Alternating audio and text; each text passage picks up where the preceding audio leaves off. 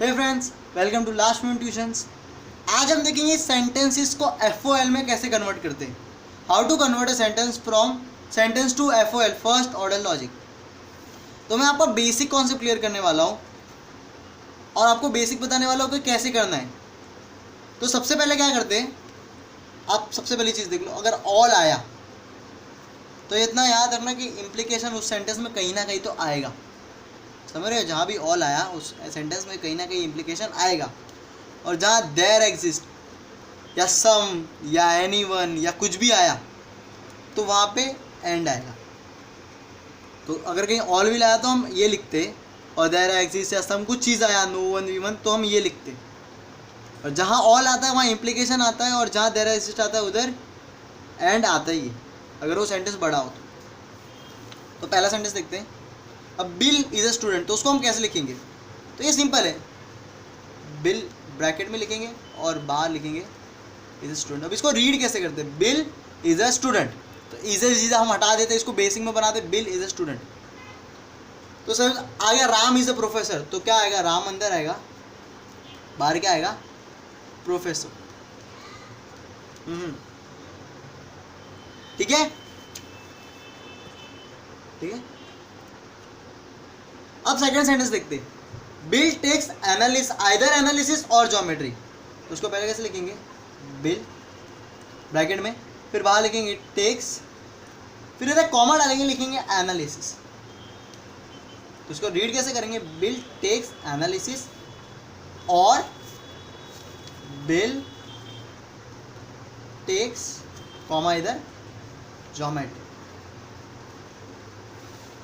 समझा? Bill takes analysis और Bill takes geometry. तो सेकंड सेंटेंस है Bill takes analysis and geometry, तो ये क्या हो जाएगा? एंड हो जाएगा।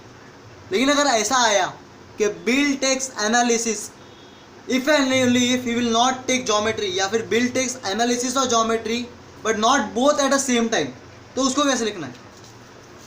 तो उसी तरह से मैं बिल को बी लिख रहा हूँ, takes analysis if and only if Bill takes, Bill does not take geometry. इसका कहने का मतलब है अगर बिल एनालिसिस ले रहा है तभी लेगा जब वो ज्योमेट्री नहीं लेगा, अगर वो ज्योमेट्री ले रहा है तो वो एनालिसिस नहीं लेगा। तो ये सेकंड लेवल हो जाता है, थोड़ा भी लेवल बढ़ गया है अपना FOL को कन्वर्ट करने का। तो अब ज़्यादा गौर कीजिए, एक और बार बता रहा हूँ। Bill takes analysis if and only if Bill does not take, इसको नॉट का सिंबल अगर आपको पता रहेगा तो डज नॉट टेक ज्योमेट्री। ठीक है, तो अब लिखते सम स्टूडेंट लव्स बिल। चौथा सेंटेंस क्या अपना? Some student loves Bill. तो सम स्टूडेंट के लिए क्या लिखेंगे? देयर एग्जिस्ट एक्स, जो एक्स कौन है? स्टूडेंट एक्स है। There exist x is students loves. तो मैंने कहा देयर एग्जिस्ट आता तो उधर क्या लिखते हम? एंड लिखते, लव्स। तो एक्स, एक्स कौन है? Student loves Bill. तो इसको कैसे लिखेंगे? There exist students and student loves Bill. तो there is exist some students who loves Bill. समझ रहे हो क्या? जहाँ देयर एग्जिस्ट आएगा वहाँ एंड आएगा। अगर लिखा रहता ऑल स्टूडेंट लव्स बिल, तो क्या करते हैं हम पता है? All x loves Bill, there exist all students, वहाँ पे स्टूडेंट्स लव्स बिल, यानी ऑल स्टूडेंट लव्स बिल। तो जहाँ ऑल आएगा वहाँ इम्प्लीकेशन आता है, और जहाँ देयर एग्जिस्ट आता है उधर एंड आता है।